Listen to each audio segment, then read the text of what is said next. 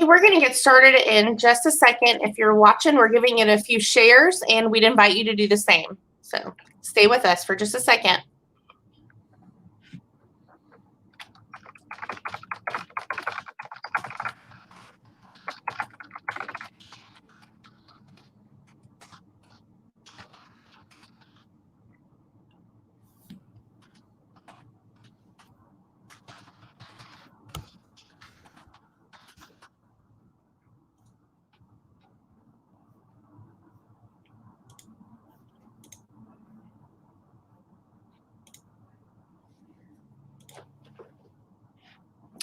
All right, it looks like we've got a few folks watching with us today, and I've given it a few shares, and I think you have too, Scott. So we'll go ahead and get started.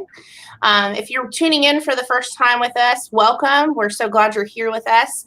We have been bringing you the C Show, sometimes 2 times a week, sometimes 1 time a week, with important information for the past several months, just to keep everybody connected. The Gallatin Chamber exists to support, educate, and engage our member businesses and the Gallatin community, which is how we came up with and why we bring you the C Show. So today we have a very special guest and a very timely topic, I think. Friend of mine, Scott Langford, who is Assistant Director of Sumner County Schools. Welcome, Scott, and thank you for being here. Oh, thank you so much, Kim, for having me. So I know that you've been very busy, you and everybody else over at the Board of Education, and it's been an interesting week. It has been. It's just trying to, like everyone else, we want to get school started back. We all want to see our kids back. Our teachers are, it was miserable for them in the spring to not have their children in the classroom, and they're ready to get everybody back. But trying to navigate that to help our kids, but also to serve our community, but also to do it in a way that's safe. Absolutely. And so today we're going to talk a little bit about Sumner County Schools Pathway to Reentry, which the full pathway plan was released this week. And so we're going to dive into that a little bit. Scott's going to walk us through that. You can certainly drop some questions or concerns or any kind of comments in the comment section of this feed, and we are going to do our best to answer those as we go along. And so if you're watching this on someone's personal page or on like a HIP Gallatin page right now, which we know we're shared into, go to the original post and drop the comments there, and that's how we see those. We can't promise we'll be able to answer everything, but we're going to do our best to hit the highlights today. So Scott, let's talk a little bit about kind of what this pathway plan looks like. We know by now most people have read those slides, and there's a lot of them. And I know not everyone has probably gone through and read all of them like you and I have studied them. But, so let's kind of hit the highlights on that. We hear virtual school and we hear hybrid. What does all of that mean, and what are we doing on August 3rd? Okay, so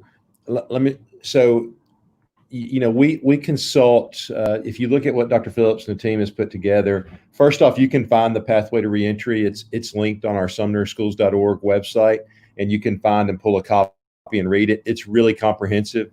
It took us about 5.5 hours to go through it with the board the other night, all the parts. So we tried to anticipate every scenario we could, so we could put the best plan together for our families and our students to, as we've said all along, we have a deep commitment to caring for our staff and our children at the same time that we want to educate our children.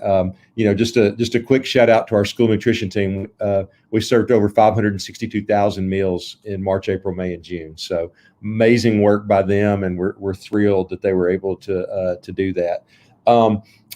But just in terms of the decision-making process, so in June, we were looking at a metric that we got in consultation with healthcare professionals, which said to use the 21-day rolling average, that was a good measure. The problem was it's really hard to calculate, and it's just too tedious to use. So we're going to use the active case percentage, and you can calculate that. It's in the district plan. I'm not going to burn time explaining that because it's not complicated, but it's more complicated than I can just do talking. So, but if you'll go to the reentry plan, it's in there how you calculate it. So basically, our number has risen pretty dramatically over the last 3 weeks, and so if we had kind of mentioned some numbers, we don't just use one metric on this. You use metrics and you talk to healthcare professionals. We talk to the hospitals. We talk to Ken Widener.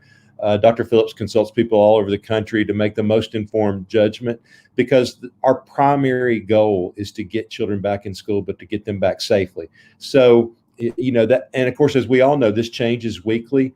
Our plan, if we started right now, would be is that we would start in the hybrid model. And the hybrid model means that we'll go to school face to face with kids 2 days a week. It travels on last name. There's a nice little chart. It's on the back of it's in the back or at the bottom of the reentry plan. And I'll flip it. So basically it goes by last name. A through K goes on Monday and Thursday. And L through Z goes on Tuesday and Friday. Wednesday, all students will be at home, and teachers will be conducting some classroom Zooms. They'll be communicating with students to see about needs. We'll do some intervention work on that day, and teachers will be doing a whole bunch of planning on that day, because the switch to a hybrid requires a lot of our teachers to be able to provide resources and materials to kids. I do want to say it'll be way different than what we had in the spring. We've had a lot of time to think and reflect, and so we've gone one-to-one on novels and things like that. So your children will have consumables. In our feedback, what we saw is a lot of, we were all concerned about the amount of screen time. So we're trying to minimize screen time while we use, our mantra is that we use technology as a tool, not as a teacher. We hired over the summer, many of you know Jean Hessen from Union Elementary. Jean is now in charge of Sumner Connect, and she's done a tremendous job at helping our teachers begin to learn how to use Google Classroom and other devices. And if you go to sumnerconnect.org, if you're concerned about knowing how to use those tools, there are already training videos up there. If you'll just click on the teacher tab, we have a lot of stuff that's starting to roll into the parent tab. But if you go on the teacher tab, that's all there. But the hybrid plan, so it's Monday, Thursday, Tuesday, Friday. Those are the day pairings. Your children will receive activities to work on in their days off. And we will check attendance on all those days. All that's laid out in the plan. We'll give you more specific ways that we're going to check attendance. It's not going to be cumbersome, but it's a way for us to make sure, one of the weaknesses in the spring was the lack of accountability in terms of kids getting rewarded for their work. So that in a nutshell is the hybrid plan. The goal with hybrid, I want to be really clear, because there's so much different conversation going on around the country about the best way to reenter school. Our hybrid plan is meant to be a very short-term plan. So it will roll in 2-week increments. I'm hopeful that after 2 weeks, we'll be able to start school. I think the hybrid really helps us a lot because kids haven't been in school for 4.5 months, and we have so much to teach them. At 10 o'clock, actually right now, when we get done, if you'll go to your children's school, the principals will have released a specific, so you've got the district reentry plan. The problem with the district reentry plan is that we have schools of 200 and schools of 1,800. So we can't do a one-size-fits-all safety plan. But if you'll go to your child's school Facebook page or web page, you will see a video from the principal and their parent communication plan. They went live at 10 o'clock this morning, so you should be able to see those. And that's going to have all the details that you're going to want as a parent. Entry time, where do they go to eat breakfast, where will, all the different ways our principals have thought about making our kids safe. But there's a lot for our kids to learn. And I think having 2 weeks to kind of phase in and get used to being back in school and addressing all of our kids' needs and being able to teach them all the new safety protocols, like using hand sanitizer. Teachers will be misting the desks in between classes. We're trying to think through every precaution we can take to keep our kids safe because we know that we've got to get kids back in school. That's our primary goal. I think you're exactly right. It's going to be a strange transition for everybody after so long away, and the hybrid model does offer a lot of options. Couple things related to the hybrid options, and again, if you're watching and you have your own questions, certainly drop them in the comments. But I know that some that we've kind of heard circulating a lot, and I think you probably have answered these in other lives and everything, but we'll just go ahead and ask them now. Sure. One thing is on the days that they're not at school. So, if it's a Monday, Thursday student, on that Tuesday and Friday, what does that schedule look like? Is it a rigorous schedule where they are to be in front of a screen on Zoom calls all day, or is it more just kind of like doing the homework or, assignments from Monday on Tuesday? What does that look like? Yeah, so there will be some variation. Some of the feedback we got in the spring was how much our teachers miss teaching their kids. So the reason that we've started to use Google Classroom so much is because it lets our kids, or our teachers, teach their classes. The other feedback that we got is we had way too many platforms. So we've streamlined. We're going to use Google Classroom. We're going to use Remind for messaging to families. And then we're going to use it in high school. Well, I'll hold off on the virtual academy, but most everything that we'll do is Google Classroom and Remind in terms of communicating with parents. I think that'll really, and of course, Skyward to see grades. That will really, really help tremendously, I think, in streamlining communication. So your children will go, or you as a parent will go to their Google Classroom and you'll see assignments. Now, one of the feedback that we got in the spring was that parents liked having some schedules just to know how to order the day. Those are given, we will check attendance every day, and that will be at a routine time, probably somewhere between 8:30 and 9. That's just to check to see if students are okay. Are they able to work? Things like that. But obviously, like, we know our parents are going to have 10 million different schedules. High school kids can work on their Google Classroom documents. I don't know that they're going to start at 8.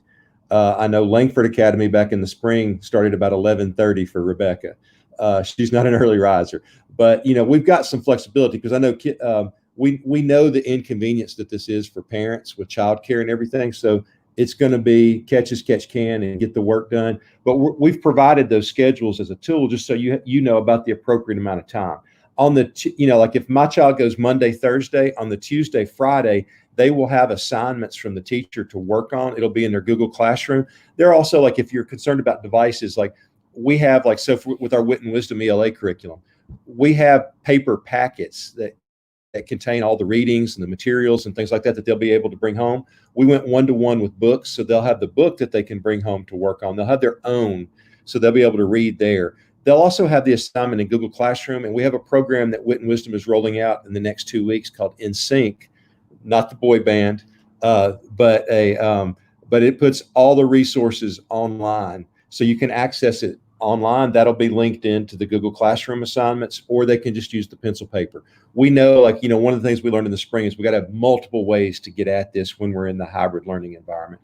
So we're really trying to make it as normal as possible. So they'll have assignments. Now, on that Wednesday day, one of the things that we think our teachers are going to want to do is to find some ways to bring the whole class together, especially since we're planning on hybrid being a very temporary thing. We want to be able to bring those classes together to do some culture building. So it's not going to be hours and hours on Zoom, but there will be some time on Zoom. I don't anticipate the first Wednesday. I would not anticipate there being any Zooms or anything like that, which will then only give us one more Wednesday before hopefully we can start back. But, we'll make that decision in 2-week increments based on the safety of the community. So let's talk about that real quick, and that, that 2-week increment and making that switch. Is that going to be based on active case counts, or kind of what formula is going to be used to decide we go from hybrid to traditional? I would say, I don't want to put words in Dr. Phillips' mouth because, he's really phenomenal at making those decisions. And he consults, constantly consults Ken Widener, consults all of our healthcare professionals, looks at all the different metrics. Because, if you go on the Tennessee Department of Health, there's about 1,000 different metrics to look at for COVID. I like to think, that metric with the active cases is the conversation starter to give you an idea about what's going on. But you also want to look, are cases trending down? Are they trending up? What do our healthcare professionals that are going on in the community? So it's a lengthy conversation with a whole bunch of medical professionals and looking at all the different metrics. And then at the end of the day, making a call about what provides the most safety for our kids and families and staff. Absolutely. And then with that, if we are switching and transitioning to a different format, I know that there's that 14-day window, but how much notice is there? I would anticipate, we haven't set a date in stone yet, but I would anticipate, you have, say if we have the first week in hybrid, I would say early in the second week, we would make the call for the next 2 weeks, because, if you think about the way Dr. Phillips does snow days, unless it's like a late night snow that surprises us, he's going to make the call early because he wants to give parents the maximum amount of time to take care of childcare. So I would anticipate that to be pretty quick if we have to go another 2 weeks. Okay. Now let me ask this too. Does this all apply to like the preschool programs that are within Sumner County schools? Are those still happening? So the preschool programs are continuing, as are the daycares.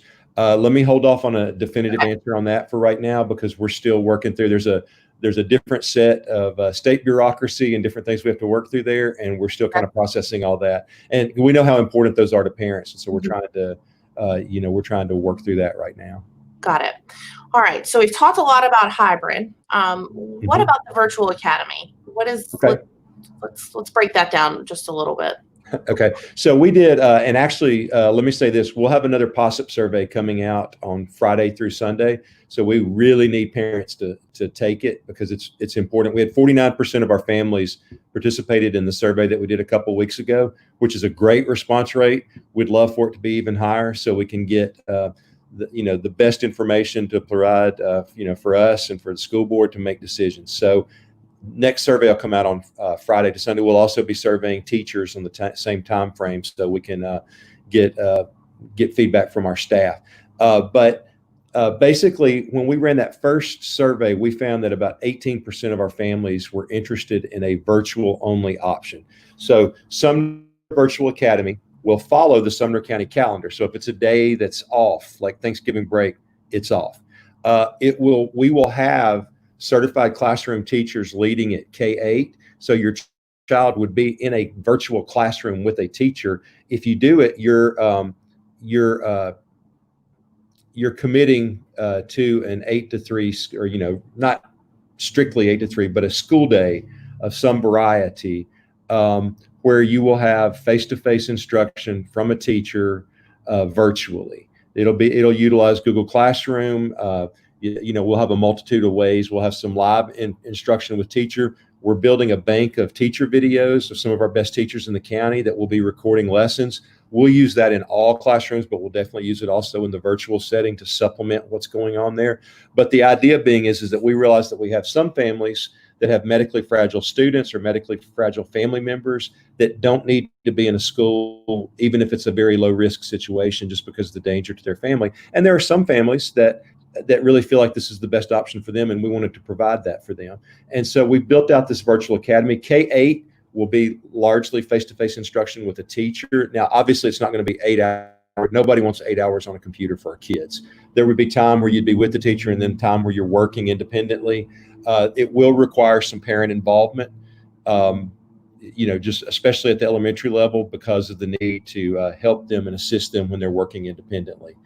Even if they're working with the teacher, if you know elementary kids, you'll have to have somebody kind of encourage them to stay in front of the computer. It's hard for a virtual teacher to tell a child to get out of the living room or out of the kitchen or something to get back in front of the computer. So we'll need some parent support there. High school, because high school, there's so many course offerings. We can't staff that directly with teachers. So we'll use Edgenuity. It'll be a lot better than what we did in the spring, because we learned a lot about that process. But we've added honors classes to Edgenuity. We've added CTE classes. Basically, if you're a high school parent or parent of a high schooler, we'll pretty much be able to match their schedule. We're going to slide all the AP courses to the spring. We have some of our high schools, because of the way schedules fall, have to teach them in the fall. We're going to push in the virtual academy. We're going to push them all to the spring, because the test is in May, and we feel like the class needs to back up to the test. But we will have, we're going to get it up on there's a virtual.sumnerschools.org webpage for our virtual academy. We're loading it with information as quickly as we can. Right now, we have 10 AP classes that we'll offer in the spring on the virtual academy. We're going to try to add some more. We're going to pilot, second semester, we're going to pilot some Sumner County AP teachers recording lessons and using that to be able to offer extended AP courses across the county. And we're going to try to tie the virtual academy into that as well. But I can't name those courses yet, because we're still developing those. It'll probably be 4 additional. So I would anticipate having 10 that I know for certain, and probably 14 by the time spring rolls around. We want to mimic as closely as we can what we do K-12 in the virtual academy. Plus, we want to be able to make sure that kids can get all of the things that they need to graduate if they're in the virtual setting. Now, if you commit to the virtual academy, you do have to provide your own computer. The device requirements, pretty much, if it can run Google on your computer, you'll be able to do everything you need. It needs to have a webcam, and it needs to be able to run Google. iPads work fine. Surfaces work fine. I think phones would be a little bit of a stretch, although, we know kids can do miraculous things positively and negatively with their phones. But I've seen kids do Edgenuity on their phone, but it's a little bit wonky on a phone. But a tablet or a computer, most tablets and computers have the capability to run. We're big fans of Chromebooks in the Baker house. Yes. And they're cheap. Mm-hmm. You can get expensive ones, but you can get some about $150, and it's like a laptop, and it has the keyboard feel. So, and they're already equipped with all of the Google suite on it. So, I guess that's the question that Elizabeth had asked about technology. And so her question specifically was, can we get a device list? But I think, like you said, the things to look for would be if they have internet, they have a webcam, and they're compatible with those apps. And then Joey said, is there a plan for those who do not have access to laptops or in-home computers? And I think you've already addressed that if they are signing up, because they do have to register for the virtual program, they're committing to provide their own. But what about other students that maybe are, essentially being forced into the hybrid model, and what are the plans with that? So, the first 2 weeks, like I'm hopeful we'll be back in school quickly, but the first 2 weeks we're probably not going to do the issue that we run on the hybrid. We have about 11,800 Chromebooks right now in Sumner County. We're pretty technology rich, and a large number of our students do have technology. Like in our house, we have a ton of devices. So it doesn't make sense I think we're going to probably roll out a bring your own device for kids that have devices. Like we have an insane amount of devices in our household, too many devices in our household. So like my children don't need one. So it makes sense for my daughter to just take hers to school and free up a device for a child. What we've got to kind of think through, and our numbers are really fluid right now because we don't know how many kids are going to sign up for the virtual academy. So it's going to be hard in that first 2 weeks for us to loan devices. So I'm going to ask for some patience, because we got to make sure that we have enough at school to be able to do in classroom when our children are face to face. But we do have a plan to loan out devices, but that's probably not going to happen in the first 2 weeks, because honestly, the first 2 weeks we're going to be spending a whole lot of time getting kids acclimated to being back in school after 4.5 months out. So if everybody can just be a little patient on the device front, I understand. Things that we do that first 2 weeks, we're going to do pencil and paper and on Google Classroom. So if you don't have a device and don't have internet, it's going to be okay, because we're going to take care of everything. We've tried to do a better job of building into our plans now, being able to address the needs. Long term, because we're going to continue to use Google Classroom as much as we can throughout the year, because we know there may be some times in the year due to outbreaks or things like that we may have to close a classroom or close a school or things like that. So, we're trying to build the maximum amount of flexibility. There's no silver bullet to address honestly, what we need is congressional action to make high-speed internet accessible to everyone, or 5G accessible to everyone. But we can't do that at Sumner County Schools. So we're trying to build multiple points. Like we're using some of our CARES Act money to purchase like Gallatin High School in the spring. We turned it on as a way for parents to be able to access. We're purchasing 20 of those antenna to put around the communities in Sumner County to use school parking lots for Wi-Fi. All that'll start to come on board as the year. So again, it's just multiple responses to try to get at the problem. Awesome. And I think you're right on that. This is the need for high-speed internet and better internet and accessibility all across our country. It comes from far beyond what we can do here, but we can certainly help advocate for that. I think that answers some of the questions on technology. There is another one that came through. It said, I've seen a lot of questions from other parents about families with multiple children all learning from home during hybrid or virtual days. Is there a possibility that families in this situation can get more than one device, asking for those parents? So yeah, we saw that in all of our feedback from the spring. I know that's a huge need. So again, I think if we can get past the first 2 weeks, we'll try to, we'll have to try to, gosh, I can't think of the word. We'll have to try to meter it out so that, we loan devices first to families that don't have anything, and then try to come back and catch families that have multiple children and need a device. Because I know that's a real situation. I think we can cook some flexibility in terms of also when they need those devices, so that if you have multiple children and one or two devices, that it's not like everybody's got to do this at 9 o'clock. The beauty of virtual is we should be able to stagger that better, or make it asynchronous, so that you can access it at any time. But yeah, that's a big need. Let me jump back to the hybrid plan. I know another issue that we've gotten a lot of questions on, and let me clarify, is what do I do if I'm in a blended family and we got multiple last names? I was going to ask that. Yeah, here's the way. We wanted to work it out, because what we don't want to have is you have to try to manage like different kids on different day schedules. So we try to go by student last name with what we pushed out. But if you're in a household blended family with different last names, then the next delineator is go with the guardian's last name, and just send your children on that day. You may just want to tell the teacher, we've got 3 kids in our household, we've got 2 last names, this is how we're going to go. And teachers and principals are fine with that. If it gets beyond that, because there are a lot of things, like we've got some families with rolling custody situations and things like that.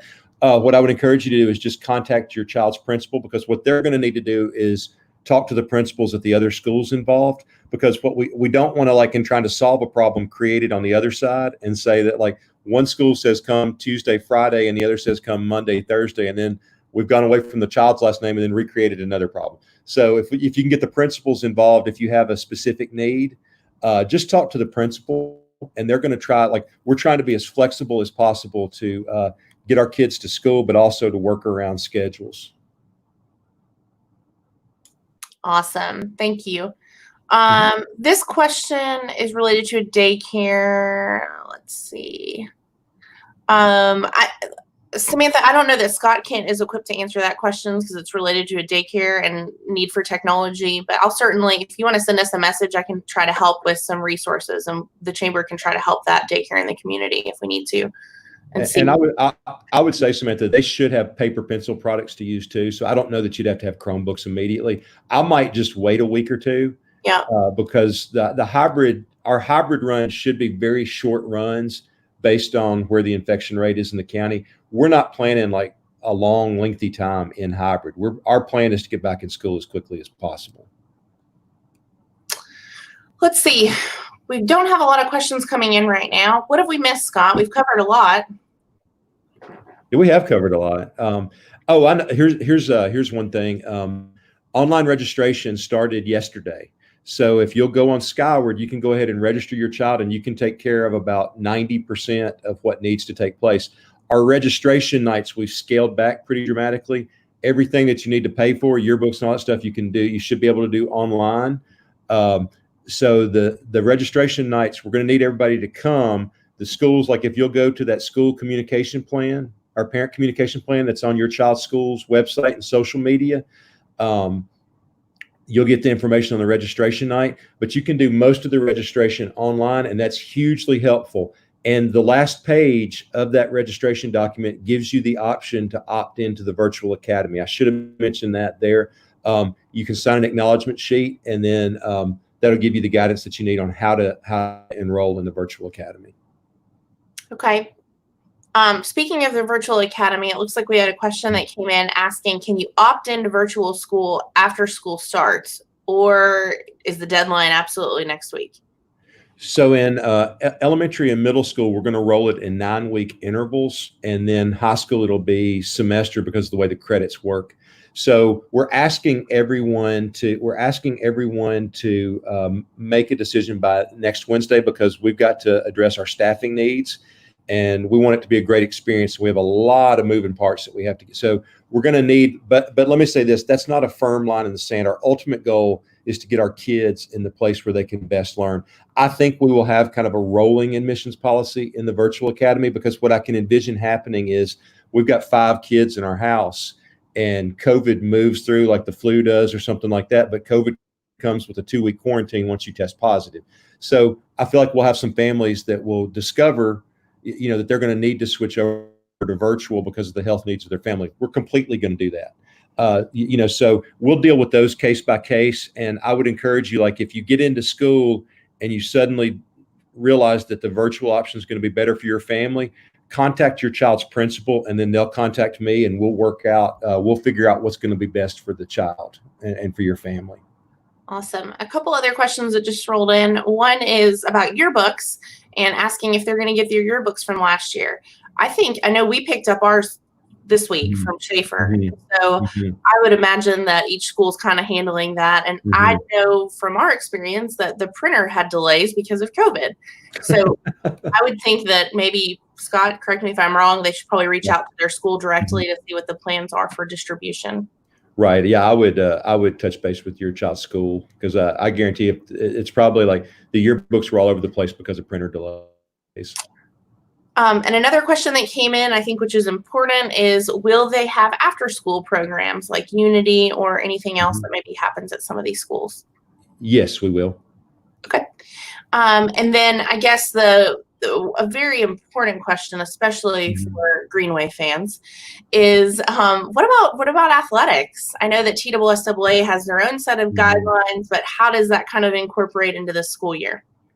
So if you, everybody wants sports back. So right now that's kind of decided above our level at Sumner County, because the governor's mandate, or the governor's decree, order had contact sports as not possible through the 29th and then extended to the 31st. He has a meeting, I believe, next week with the TSSAA, and he released yesterday that his plan is for contact sports to continue. But he's got the TSSAA bringing him a plan of how that can happen safely. So we're all kind of on hold on sports until the governor. Now, volleyball and cross country are rolling, but girls soccer and football are on hold until, in terms of actual games, until the governor and the TSSAA work something out. Our policy so far has been to follow the directives that we get from the governor's office and from the TSSAA. Gotcha. Last 2 questions we'll be able to take today, just for a matter of time. I think this one's important, and I'm sure a lot of folks have questions about. You touched a little bit on attendance. This one specifically with truancy. How will that work? I know there's going to be some level of flexibility, but Sure. Education. Yeah, we're going to, let me see if I can get this one quickly. Attendance is going to be what we would encourage everybody is just communicate with your school. Obviously, truancy is not going to be a thing this year. The goal is, but what we have in place now are a ton of virtual tools to help meet kids' needs.